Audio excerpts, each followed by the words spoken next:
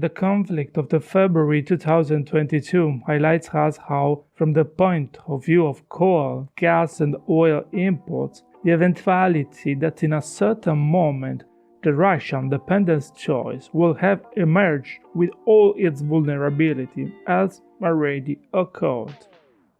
The early 2000s start with a huge relations between Western European countries and Russia, with a general optimism and trustful shared environment. In that historical moment, many of the European elites are led to give in public industries branches under the neoliberal policies and globalization wave trust.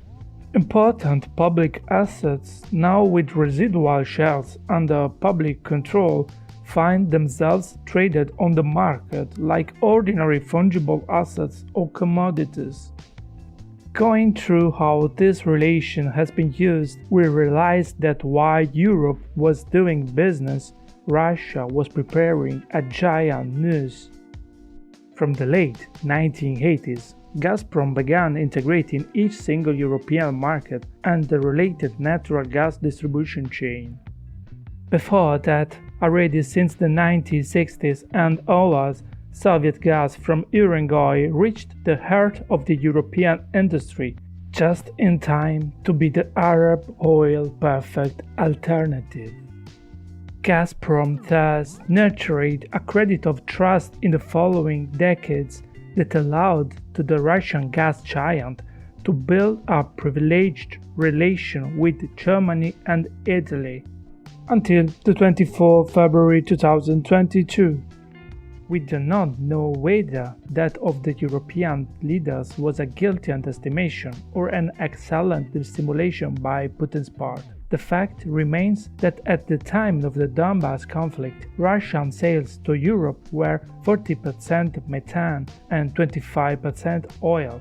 In Germany, Gazprom was entrusted with one-fifth of the gas storage capacity. So, for us Europeans, the question has become, how far will hydrogen contribute to the energy self-sufficiency goals? We know that hydrogen is a flexible and easy-to-transport energy carrier. This one, when produced from renewable energy, is called green hydrogen. Olaf Scholz, speaking about hydrogen, solicits a great industrial awakening in which the German economy will, between quotes, will one day produce and use energy in a very different way than it has done in the past, thus aiming to increase production and partnerships hydrogen-based. Until 2021, Germany was a destination terminal for 155 billion cubic meters of Russian methane. Today, due to Russian aggression against a sovereign state, conditions have totally changed and a paradigm shift is needed. Going through Germany's national hydrogen strategy statement drafted in year 2020, suddenly has been clarified how we cannot expect a solutive role by this source on the fuel energy self-sufficiency road. Gas, oil and coal, although diminishing, will remain a relatively reliable and accessible source for many years to come, but concurrently it's needed to develop the hydrogen market. Germany will need it in increasing quantities, and what's more, this amount cannot all be produced in Germany. 1 hydrogen kilo contains the same energy as 2.8 petrol kilos, which means it has an higher efficiency solution. However, production today is still relatively expensive, and for such as reason become essential to feed its production through a kind of renewable source. Power-to-X is the new technology able to transform large amounts of wind and solar energy in fuels and chemicals industry products. A Power-to-X solution means the surplus electricity produced by a renewable source in a certain moment go to be stored and recombined in various further ways.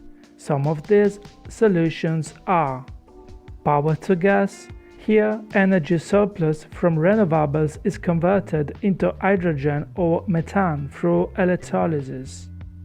Power to heat. Here, the extra energy goes to be steam converted, so it can be used to produce kilowatt hours of heat energy. Power to liquid. Here, excess of renewable energy passing through electrolyzers becomes carbon-free, used to generate liquid hydrocarbon. Over the clear climate benefit lead, there are plenty of interesting industrial aspects about the hydrogen usage which motivate the German Chancellor Scholz's visit to the Canadian Prime Minister Trudeau in August 2022. Since the moment the conflict in Ukraine began, Germany addressed the supply crisis with appeals for savings, preventive reductions, and then turning attention to the new regasification terminals, increasing LNG imports and slowing down the timetable for coal and nuclear goodbyes.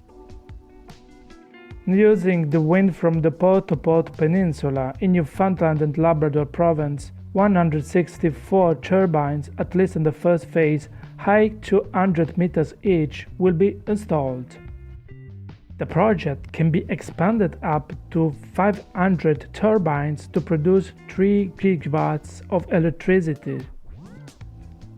Our expected benefits are decarbonization, new markets building, as well as opening up to an impressive amount of applications and potential savings. By the way, it's necessary to face the project critical issues too, such as the local community and concerns about the impact on the locals' hunting grounds and birds, plants, and wildlife system. The wind energy generated by turbines is then transformed into electricity, which has an employment impact on the Canadian province of 1,800 direct jobs and about 6,000 between constructions and indirect jobs. In the same summer meeting in Toronto, Scholz met with representatives of Canadian pension funds, asking them to support Germany towards a carbon-neutral economy.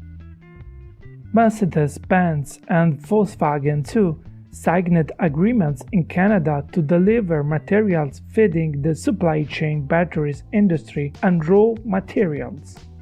Here, the strategic goals are decarbonization through renewables to enable national hydrogen markets, reduce the technology implementation costs, and to ensure the future hydrogen supplies and its derivatives, and in doing so, to increase the German company's competitiveness.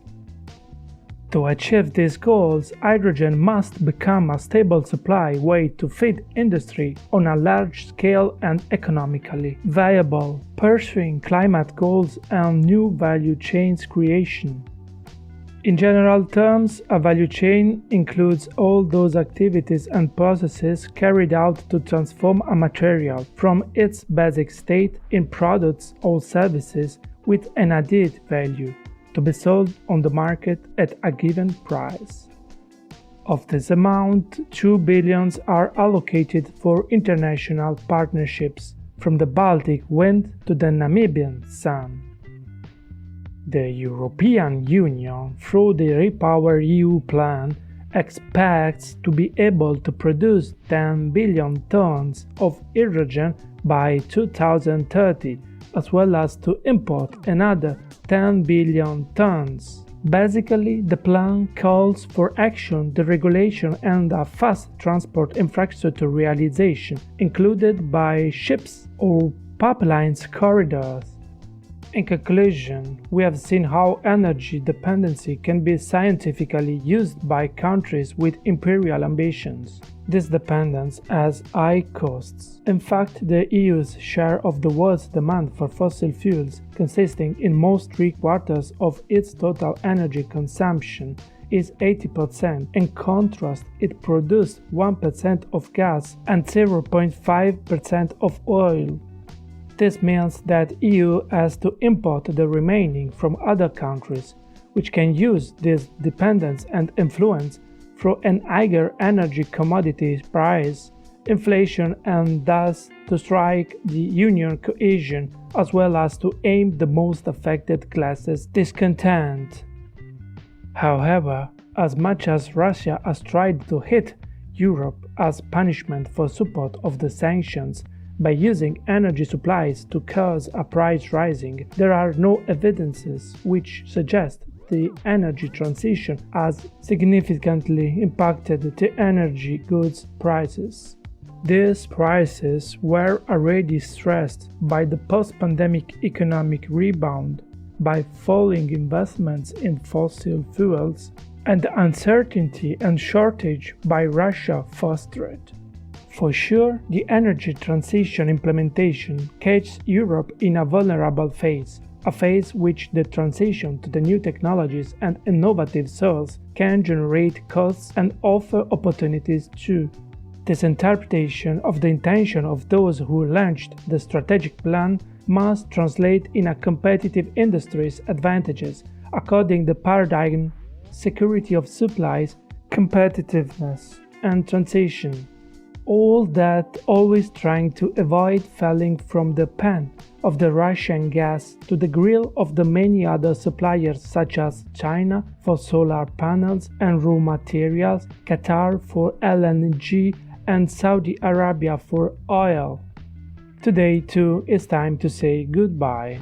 Temi Europei, il podcast, seeks for reliable information in order to consolidate the moment before the opinion creating. In this case, as we deal with Europe and energy transition, we try to address these themes as best as possible, understandable and concrete language, consistent with our idea of information. Free, independent, and with verifiable sources. Wishing you all the best. I remind you can visit our website, link in description, share our English contents and subscribe the newsletter, being up to date on upcoming episodes. Take care of yourself and let's not lose sight of each other.